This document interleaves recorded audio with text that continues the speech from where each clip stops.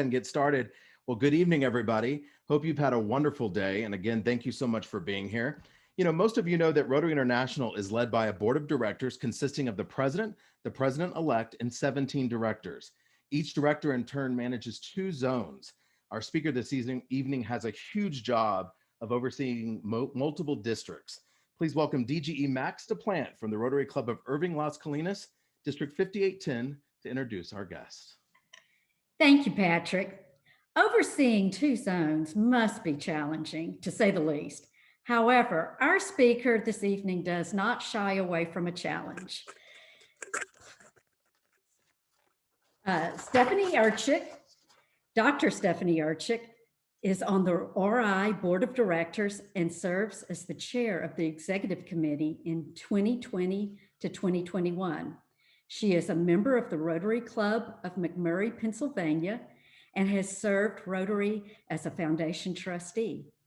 Chair of the Rotary Strategic Planning and TRF Centennial Celebration Committees, and a member of the RI Convention Committee, the Atlanta RI Convention Committee, as well as numerous other positions. She's been a Rotarian since 1991 and has participated in a variety of international service projects, including National Immunization Days, polio prevention in Nigeria and India, the building of an elementary school in Vietnam, water filter installation in the Dominican Republic, and the mentoring of Rotarians in the Ukraine.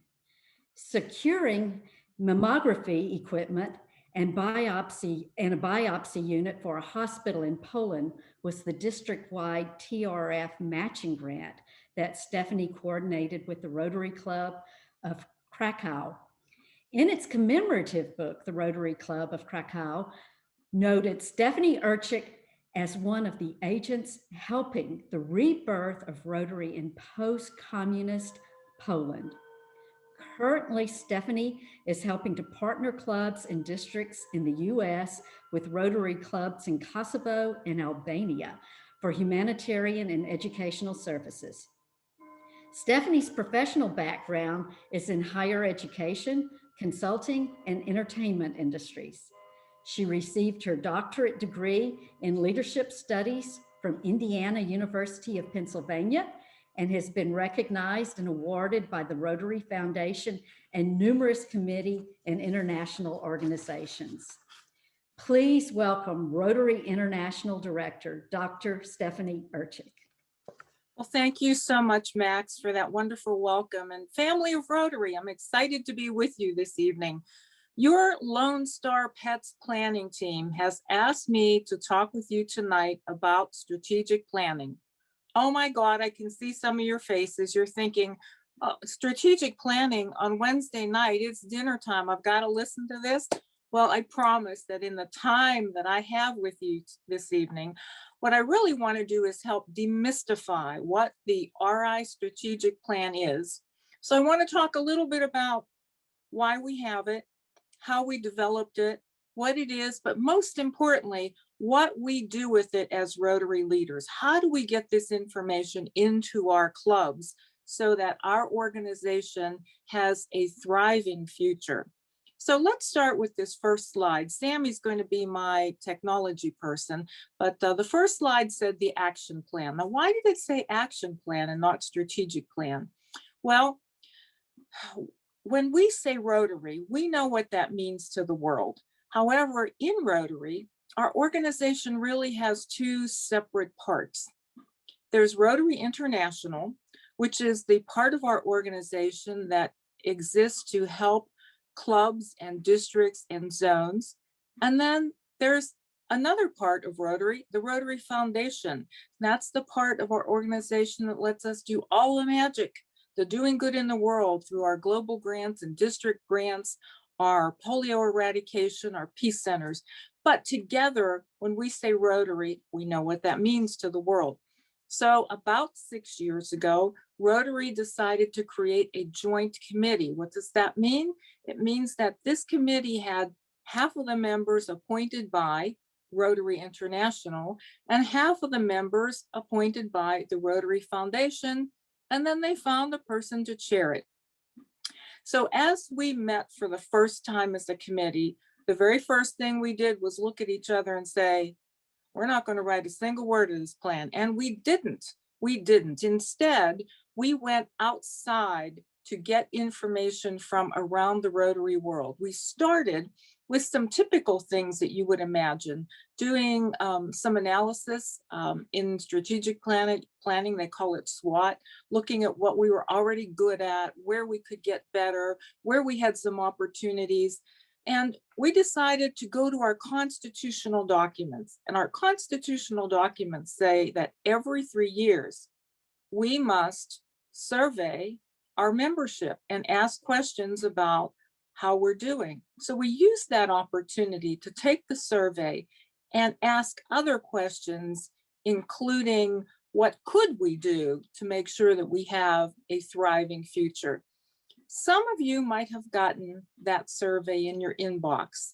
You would have remembered it because it was the first time Rotary used pictures in a survey. We included photos of people in different professional attire, and we asked respondents to check who looks like a Rotarian.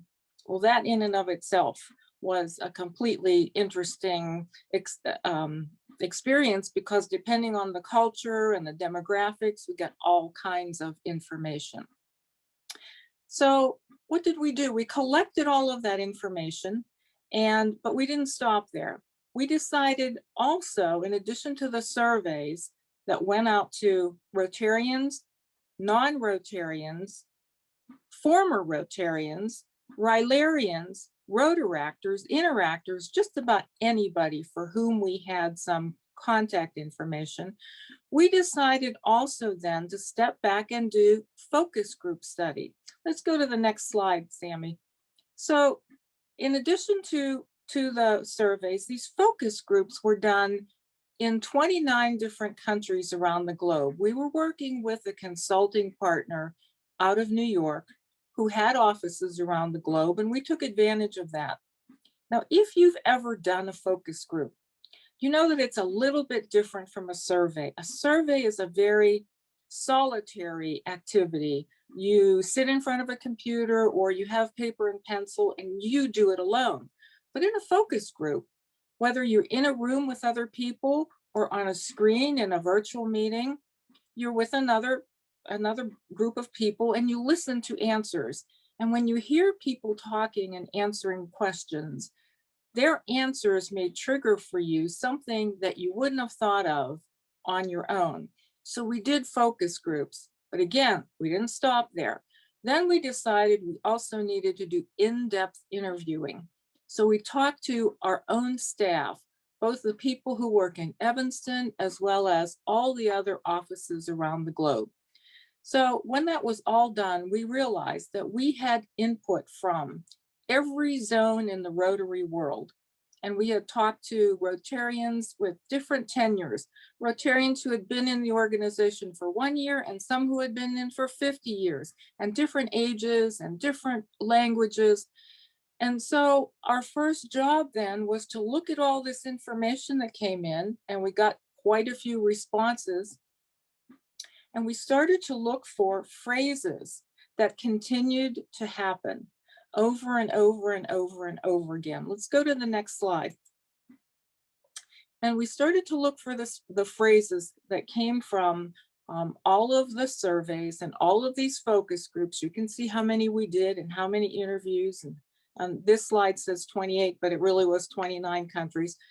And we put those phrases together and tested it as a vision statement. But before we released it, we sent it back out around the globe to make sure that it did resonate in every culture and every language. And I'm glad we did that, because when the Asians saw the original statement, they said, wait a minute, there's a problem, because our original statement had a phrase about Rotarians attempting the impossible. And they said, no, nobody can do the impossible. So we had to step back and we had to re-examine what we had, and we came up with a different phrase. And the next slide shows the actual vision statement that was released to the world. And I'm sure you've seen this already. You may even have it memorized.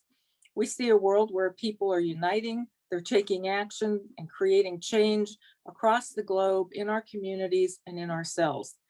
That last phrase, the last three words, in ourselves, for me, is what is so important about this statement, because it's the first time in my tenure in Rotary that we are recognizing as an organization that when we help others, when we help other people, other groups, not only do they benefit by our service, but we benefit. I don't know about you, but I really am a different person because of my time in Rotary. So this vision statement was well received, and it now serves as the beacon, if you will, for all Rotary activity. I get really happy when I hear Rotary leaders quote the vision statement or talk about the priorities that I'm going to mention, because it says to me that we're all doing the work of Rotary, and we all are people of action. When this launched, that's when the name changed. We no longer refer to it as a strategic plan, it's now our action plan. So our second step was to go back to all of that data again, and this time look for the strategies, the things that people were saying around the globe that were going to move us forward.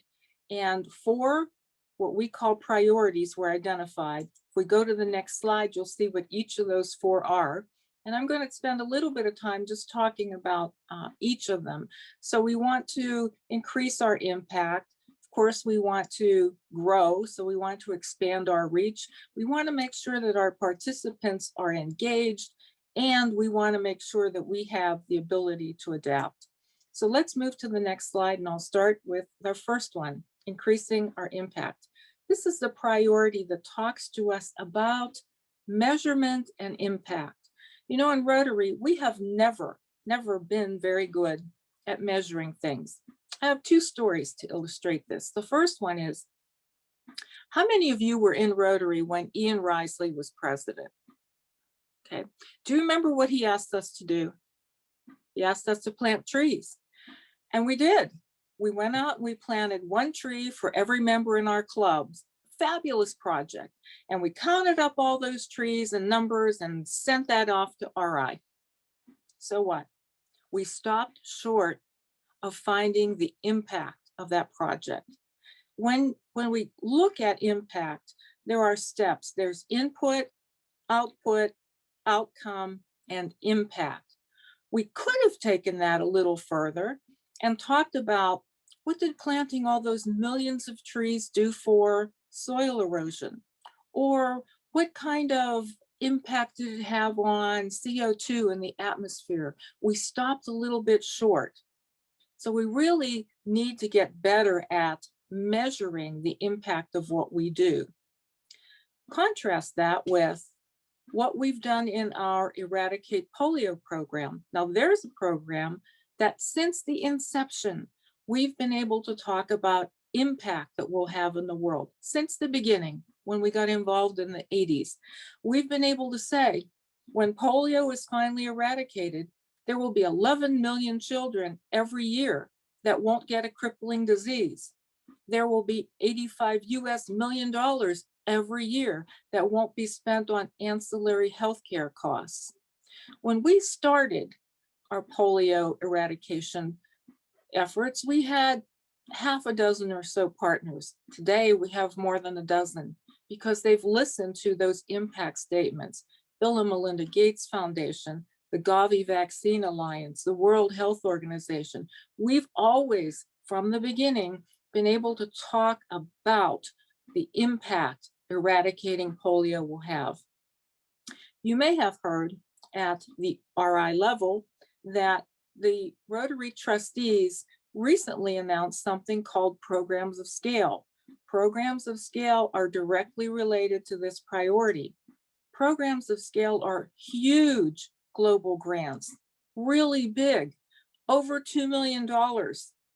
And the idea behind them is that they will focus efforts and the work that we do and really make strong impact in an area. And you may have heard that the very first program of scale is a program that's targeted to get rid of malaria in an African country. So once those programs of scale are out there and we're able to talk about the impact, it gives us an opportunity to talk more about Rotary and what we do. So it will increase our appeal in a way because we're going to be able to talk about the work of Rotary. So let's go to the next slide and talk about the second priority. And this is the one that talks about diversifying and growing our membership, expanding our reach. Now, our Council on Legislation opened the door for us here in 2016 when it created new models. That's the council that created e-clubs and satellite clubs and cause-based clubs and corporate clubs and all those other opportunities. You know, I belong to a legacy club. My club is fabulous. And anytime I'm in town, if they're meeting hybrid, I go. If we're online, I jump online if I can. I love my club. My club is not going to go away. Legacy clubs are what brought us to the table. But I think about my club and the fact that it meets Wednesday at noontime. That's convenient for me. But I think about this community where I live, and I'm wondering how many people can't get away for a Wednesday at noon meeting. Maybe they're teachers and they have a class schedule, or maybe they're medical professionals and they're seeing patients or whatever. And I'm thinking, how many people are we missing because we're limiting our meeting time to Wednesday at noon? So my club is really ripe for some new ideas to expand, perhaps a satellite club, or perhaps changing a couple of meetings from noontime to evening, but something that would capture the other people in this community who are ready and willing to serve. If you haven't seen the RI video called Any Town, I would encourage you to take a look at it. It's on Vimeo. It is the single best Rotary video that I've ever seen produced. And it talks about exactly this, looking at our communities and trying to think about how could we expand and bring in more people so that we have other channels for people to come and experience the magic of Rotary. Let's go to the next slide. Our third priority, and this is the one I really like to talk about, is about how do we enhance engagement of the people who participate with us. Now, that word participant means members, but it also means more than that. It means anybody that comes into our influence, our circle. It could be youth exchange students. It could be parents of students of the month. It could be community people who benefit by what we do. It could be the vendors who are in your house of friendship. It's anybody that comes into this influence of Rotary. So what we need to do is get better at understanding why they're coming into our magic of Rotary. Now think about why you joined Rotary. Everybody has different reasons. There's some people come in because they want the fellowship. Think about Paul Harris, 116 years ago, he started Rotary, and he didn't start Rotary because he wanted to build a toilet block in Chicago. He started Rotary because he was lonely. He was a young attorney, didn't know anybody in Chicago, and decided to find some other people, and they started to meet in each other's office to get to know one another, and the service came later. Some people do see us as a service organization and they say, wow, look at the great things this group is doing. And they want to join us and they roll up their sleeves and they want to make the world a better place. Some people look at us and say, wow, look at all that experience, all those business people. That would be a great place to network. And it is. Rotary is the original networking organization. And then some people look at us, same thing. They see all that experience and say, wow, I'm a young professional. I am sure that if I got involved in this group, I could get a lot of expertise. There's, mentorship opportunities here. So for whatever the reason, we need to focus on why people are coming in. In a lot of previous Rotary information. I noticed many times they would talk about doing exit interviews. Well, guess what? The exit interview is the wrong time. If a person has already decided after a year or 2 or 3 that they don't like what's going on and they're leaving, that's the wrong time to talk to them. We need to be doing entrance interviews. We need to be finding out up front, why are they coming in, so that we're better able to deliver the value that they're looking for. I was on a Zoom call about 3 weeks ago with a club, and they did something fabulous. They did something called Rotarian of the Week. They do it every week. It's a different person, and the person knows ahead of time that they are the Rotarian of the Week, and they get interviewed by another club member. And the club member asks some simple questions like, who invited you to Rotary? When did you join? What attracted you to our club? What keeps you in our club? Tell us about your profession. What about your family? What one thing might we not be able to tell from your bio that you can share with us? And those kinds of questions. And it's different every week, a different person, sometimes a newer member, sometimes a legacy member. But what a great way to show members that you care about them and to learn more about what people are interested in. If any of you have heard our current president, Holger Kanak, speak, he always talks about caring for our members. That's what he means, making sure that we're focused on them and focused on what they're looking for. When people don't get what they want, when they don't see value in something, what happens? They vote with their feet and off they go. So we want to make sure, you're all business people, you know how hard it is to get a new customer compared to keeping one you have. It's no different in Rotary. So we want to care for the people that we have and make sure that we are offering things that make sense to them, that they're getting the value they want. Doing this, understanding our participants, can help us focus our programs, our speakers, our projects, and make sure that we're developing and delivering value. At the RI level, you may have heard several years ago, we partnered with Toastmasters because we were hearing that young professionals were interested in getting better at skill development. So we partnered with Toastmasters, and Rotary and Toastmasters created a co-branded product that now exists on our Learning Center. So any Rotarian or any Rotaractor who is interested in developing better public speaking, project management, leadership, can find that course on the Learning Center. So this is the priority that's suggesting we also need to do those kinds of things in our clubs. Let's go to the final priority. This is a one called increase our ability to adapt. Oh my God, we're in overdrive here. Think about it. 12 months ago, the way we did Rotary was ripped from us. Couldn't do it anymore. But by and large, Rotarians around the globe figured out how to connect. We recently surveyed our clubs, and about 60% of clubs are meeting in some kind of virtual format, Zoom or Google Meets or some way.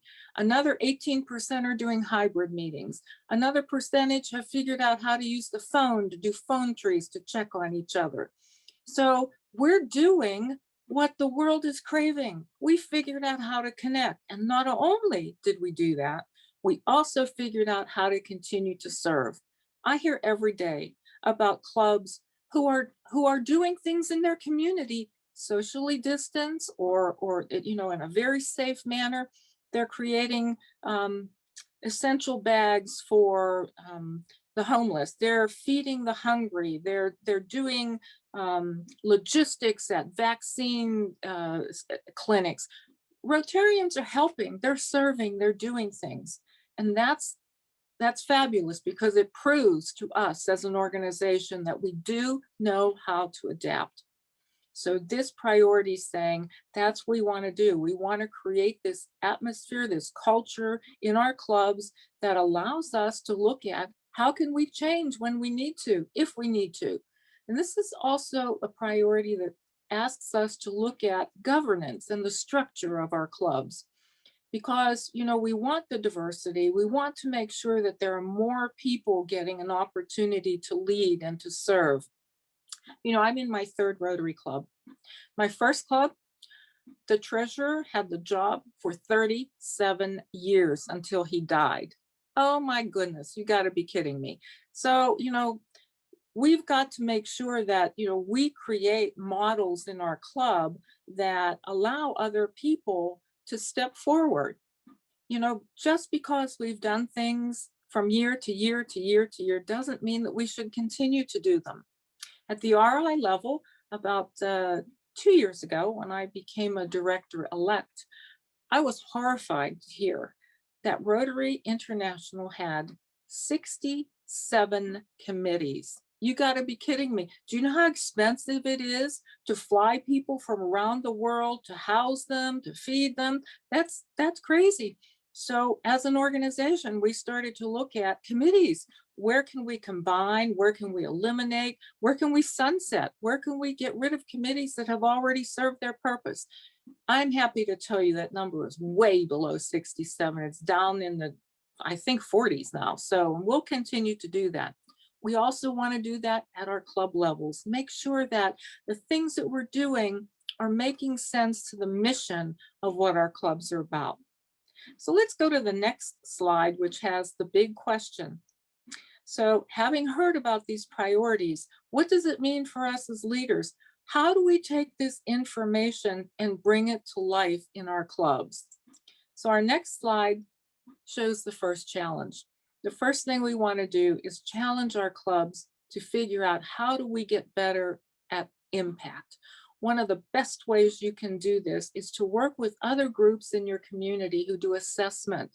Find out where you start and where you want to get to, rather than just jumping in and providing something. Make sure that the projects that you're interested in doing are really things that need to be done in our communities. And when you do that, when you measure where you start and then measure where you end, you have the information you need to talk about impact. It's a lot like going on a diet, all right? How are you going to know if you lost any weight unless you jump on the scale before you start? So community assessment is very important for all of our clubs as we talk with them about how to increase their impact. Let's look at the next slide. And this is the challenge to clubs to get better at expanding their reach. There are a lot of ways that you can do this. One of the things my club did pre-pandemic was find a local organization that had similar core values as ours in Rotary. The Columbia Gas of Pennsylvania, very interested in diversity, equity, and inclusion, and so are we as Rotarians. So we challenged them and talked with them about, could we co-sponsor activities? So we did have some speakers at our local library, and then we had some set up for the school district, but that hasn't happened because our schools are shut down. We're talking about partnering and bringing in international food trucks to our local Tanger outlets so that people can experience international food. So look for ways to expand in your own community. Why did we do that? Why did we want to work with Columbia Gas? Well, because Rotary gave us a corporate membership model. Maybe we can, in the very not so distant future, have a Rotary Club of Columbia Gas of Pennsylvania. So challenge your club to think about how it's going to expand. And when you do that, you'll get more compelling stories to tell to your community. One of the things I always say to people is, we talk to ourselves too much. We need to be more public facing. We know what Rotary is. We're in it. We need to talk to others. So the next slide shows another challenge that we want to enhance our people who come into our sphere. We want to make sure that we're engaging them. And I already shared with you one of the best ways to do that, and that's to do entrance interviews. And let's go to the final slide on this on the priorities. This is the one about increasing our ability to adapt. Look at that first idea there. Hold brainstorming sessions. If there's nothing else that you do as a president or president-elect, this is my challenge to you. Take these 4 priorities, and this is all available on the website. So if you didn't take notes, don't worry about it. I'm going to show you where to find all of this. Take the 4 priorities, divide your club into 4, whether you're in person, hybrid, or online. You can do it in a virtual setting. You can do breakout rooms.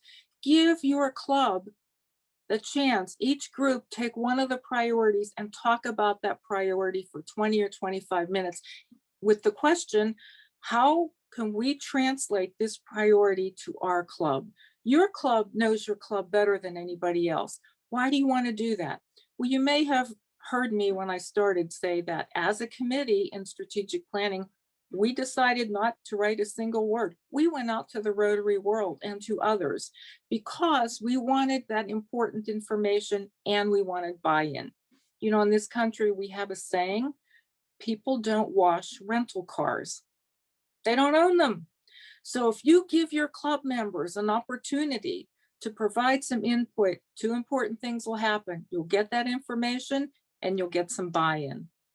And the last slide, as I promised, here's where you can find all of this information, rotary.org/action plan. There's information there. There are PowerPoints there. This PowerPoint is available. Sammy has it. Others have it. There's a strategic planning guide. There's a course on the Learning Center. And if for any of you who have looked at the Rotary magazine lately, we've been including these full page, they call them advertorials, of information about each of the priorities.